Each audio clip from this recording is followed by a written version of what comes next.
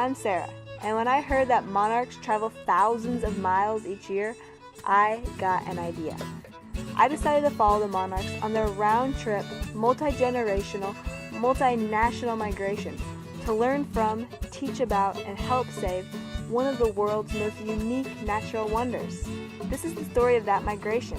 It's a story of millions of monarchs, of the people in Mexico, the United States, and Canada working to protect the monarchs, and of my bicycle adventure to butter bike with these butterflies. Now, I'm not a butterfly expert yet, and I'm not a gardening expert yet. But even experts had to start somewhere, so today I'm going to start by making a garden and learning as I go. And the best way to start is to start, so here goes nothing.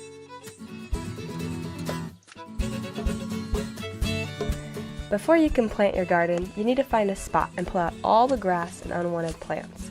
I picked a corner of my mom's garden, which was overgrown with vines and aggressive growing non-natives. I was sure to pull out not just the leaves of the plants, but the roots too. That way, they won't grow back as fast.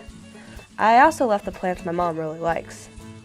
You can see that my spot's pretty small, and your spot can always be bigger. You'll be helping the monarchs no matter the size of your garden. Once you clear your space, you need to decide which plants you want to plant and where. Then you need to go out and buy them. You can get plants just about anywhere, but the best place to start is at a native plant sale, where you're more likely to find native plants not treated with pesticides. I went to a small native plant sale in Kansas and rode my bike home with 10 native starts. Bringing my plants home, and I'm going to put them in the ground and start my garden. At the native plant sale, I picked up milkweed plants and nectar plants. Milkweed is key to a monarch garden because it's the only plant monarchs lay their eggs on, and it's the only plant monarch caterpillars eat. There are lots of types to choose from depending on where you live. The key is to have several species of milkweed that are native and pesticide-free. You'll know it's a milkweed if the scientific name starts with Asclepias. When monarchs see Asclepias, they think, "Tasty! This is the only type of food I like to eat."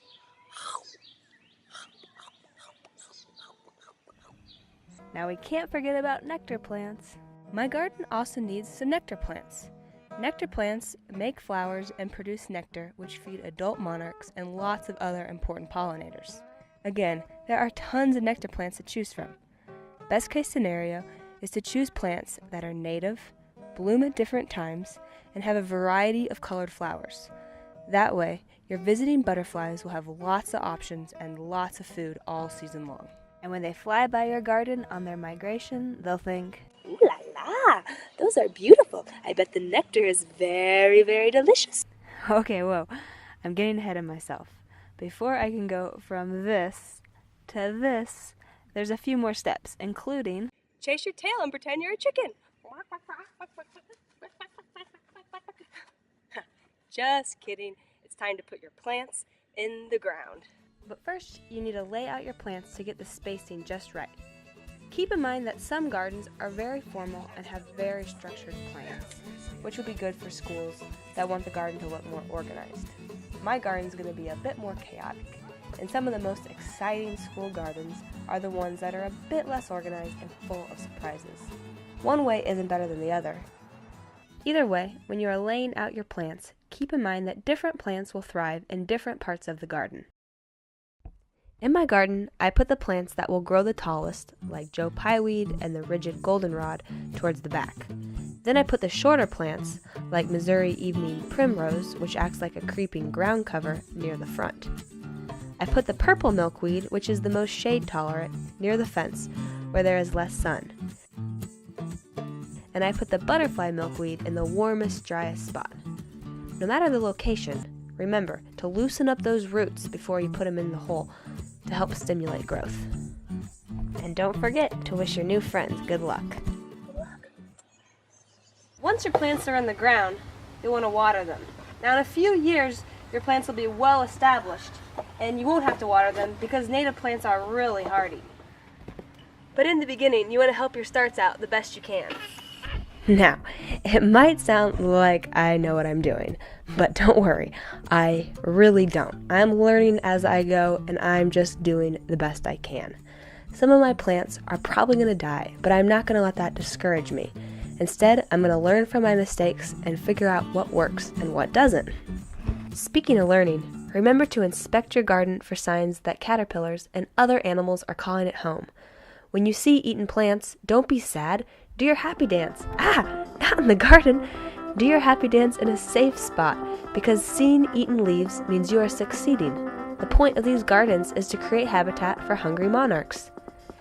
And then show your neighbors or classmates your successes so that they might plant gardens, create monarch habitat, do happy dances, and help save the monarchs too. So, grab a shovel, play some air guitar, plant some milkweed, practice your happy dance, and learn a ton as you help save the butterflies. I can't wait to see your garden when I follow the monarch butterflies on their migration by bicycle. Or, I guess you could say, when I butter bike with the butterflies.